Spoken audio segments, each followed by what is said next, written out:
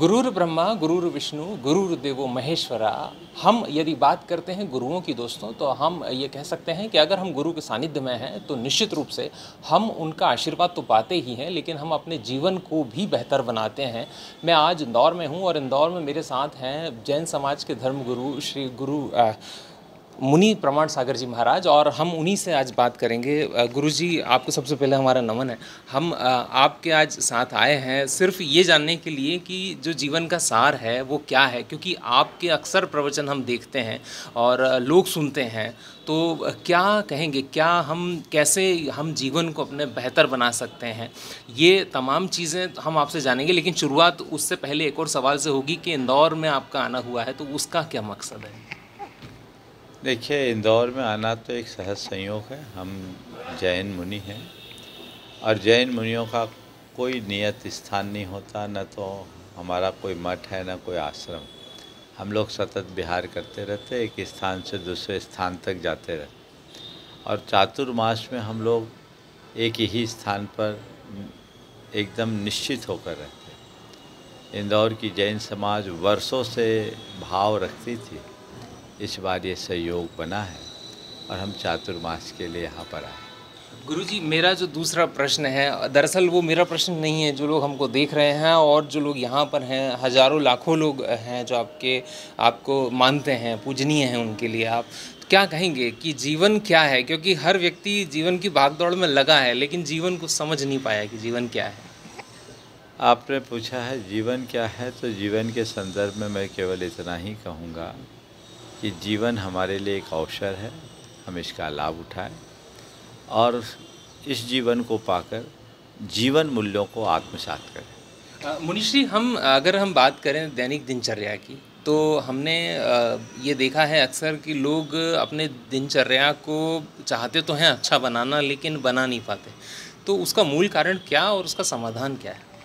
देखिए, दिनचर्या बनाना बड़ा आसान काम है यदि व्यक्ति अपनी प्राथमिकताएं निश्चित करे और समय का प्रबंधन करे।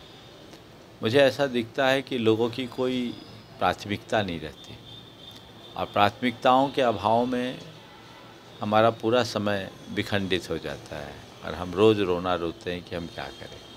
तो हम अपनी प्राथमिकताओं को ठीक करें और इनर मैनेजमेंट की कला सीखें। हमने आपके प्रवचनों में अक्सर सुना है कि व्यक्ति को अपने मन पर नियंत्रण रखना ज़रूरी है, क्योंकि मन ही है जो भावुक भी होता है ना, गुस्सा भी होता है। और क्योंकि मनुष्य जीवन है तो ये सारी चीज़ें होंगी, लेकिन उनमें बैलेंस कैसे बने, उसके लिए क्या उपाय रहेगा? देखिए, मन के नियंत्रण के लिए हमें मन को बार बार मोटिवेट करने की ज़रूरत है। मन को यदि हम निरंतर सुझाव दें तो मन नियंत्रित हो सकता है। दूसरे शब्दों में कहूँ तो मन के नियंत्रण के दो ही उपाय हैं, सम्यक दिशा दर्शन और प्रवाह परिवर्तन। हम मन को सही सुझाव दें, सही दिशा दें, तो हमारा मन कभी भी इधर उधर नहीं जाता। और जब मन में ज़्यादा आवेग आता हो तो उस समय हमको आलम्बन लेके मन के डायरेक्शन को चेंज कर दें, तो हम अपने मन में काफ़ी कुछ शांति ला सकते। गुरुजी, ये कहा गया है सनातन में कि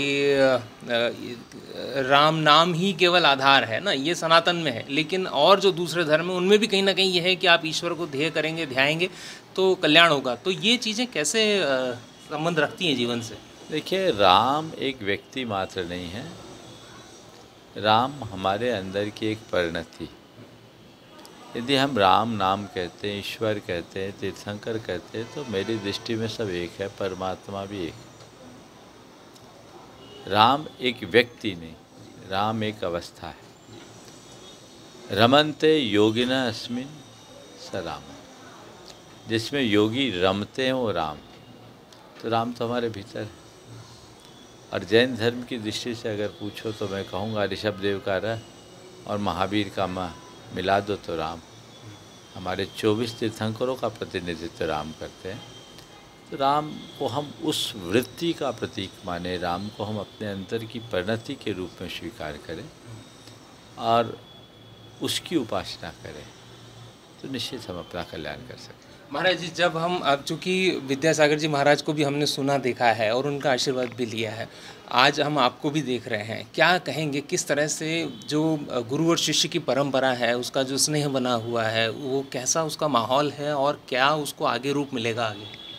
देखिए, हमारे गुरुदेव बहुत बड़े विभूति थे और उन्होंने अपने 55 वर्ष के साधु जीवन में जैन धर्म को जिस तरह से सींचा है, ये बहुत बड़ा विशाल वटवृक्ष बन गया और ये हमेशा फलता फूलता रहेगा। उनने बहुत बड़ी विरासत हम सबको दी है, एक विशाल संघ के रूप में और समाज को अपने द्वारा दिए गए मार्गदर्शन के रूप में। हम लोग उनके सभी दिशा निर्देशों का अक्षरशः पालन करते हुए चल रहे हैं और हमारा पूरा संघ उसी विरासत को आगे बढ़ाने के लिए लगा हुआ है। महाराज जी, एक प्रश्न और बड़ा इंटरेस्टिंग है कि जब कोई आपके पास आता है और कहता है कि प्रभु मैं आपको देना चाहता हूँ कुछ, तो आप क्या मांगते हैं उससे? मुझे कुछ चाहिए ही नहीं, आप दोगे भी तो मैं रखूँगा कहाँ? जो आप देना चाहते हो, भौतिक और अभौतिक दोनों मैं बता रहा हूँ, जो आप देना चाहते हैं वो मैं ले नहीं सकता, पहले उसको छोड़ चुका। और अगर हाँ मुझे देना ही है तो मैं यही चाहता हूँ कि अपनी सारी बुराइयाँ यहाँ छोड़ दो और जीवन को बेहतर बनाने का संकल्प लेकर जाओ। गुरुजी, शिखर जी को लेकर के हमने बहुत सारी चीज़ें अभी तक सुनी हैं, उसका बहुत महत्व भी है समाज में हमारे। कैसे उसको आप और आगे आपने, क्योंकि आपने काफ़ी समय वहाँ बिताया भी है। देखिए, सम्मेद शिखर जैनों का एक महान तीर्थ स्थल है। वहाँ के आसपास के लोगों की भी वहाँ से आस्थाएं जुड़ी। उस तीर्थ स्थल को एक तीर्थ स्थल के रूप में विकसित करना चाहिए। वहाँ की पवित्रता को अक्षुण्ण बनाना हमें सुनिश्चित करना चाहिए और इसके साथ साथ वहाँ और उसके आसपास रहने वाले लोगों के जीवन स्तर को ऊंचा उठाने का प्रयत्न करना चाहिए। सरकार को भी चाहिए कि उस तीर्थ को इस तरीके से विकसित करे जो भारत के मानचित्र पर एक अपना महत्वपूर्ण स्थान बना सके।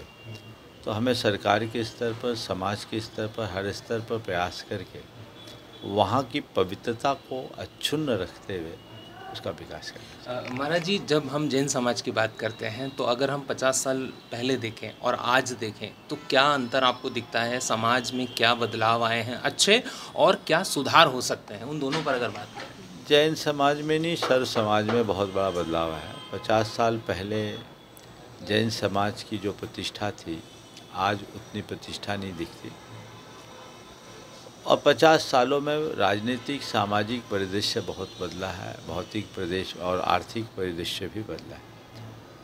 उस अर्थ में जो परिवर्तन आया वो आया है और कुछ मामलों में जैन समाज के साथ व्यसन बुराइयां भी आई। ये सर्व समाज में है, क्योंकि जो भौतिकता का विस्तार होता है, विकृतियाँ आती है, जैन समाज में भी आई। लेकिन एक सकारात्मक पहलू ये है कि जैन समाज बहुत संगठित समाज है, समर्पित समाज है, संकल्पित समाज है और गुरुदेव के प्रभाव से जैन धर्म में लोगों का बड़ा रुझान बढ़ा है। न केवल जैन, अपितु जो लोग जैन नहीं हैं वे भी जैन धर्म के अच्छे फॉलोअर बन रहे हैं। मुझे लगता है ये जैनों का स्वर्ण काल है। एक आखिरी प्रश्न आपसे गुरुजी, हम बच्चों और महिलाओं को लेकर के अगर प्रश्न करें कि उनके लिए आपकी क्या सीख रहेगी जीवन की, 1 या 2 या 3 जो भी आप कहना चाहें। देखिए, बच्चों के लिए तो मैं ये कहूँगा कि बच्चों के हृदय में सांस्कृतिक निष्ठा जगाएं, वे अपने संस्कारों को सुरक्षित रखें ताकि उनका भटकाव रुके। और महिलाओं को मैं कहूँगा वो अपनी मर्यादाओं को सुरक्षित रखें। बच्चों में संस्कार और महिलाओं में मर्यादा, यदि ये दोनों कायम रहे तो हमारी संस्कृति बहुत आगे बढ़ेगी। आपको बहुत बहुत धन्यवाद, आभार आपका। दोस्तों, तो हमारे साथ गुरुजी थे और देखिए जीवन की कितनी सारी सार जो है उन्होंने मतलब अपनी मुश्किल से कुछ 1 मिनट में आपको बता दिया। मुझे लगता है अगर आप ये इंटरव्यू देख करके अपने जीवन को सुधार लेंगे तो शायद हमारा यहाँ आना और गुरुजी से बात करना सार्थक होगा। Umesh Bhardwaj, ABP live Indore.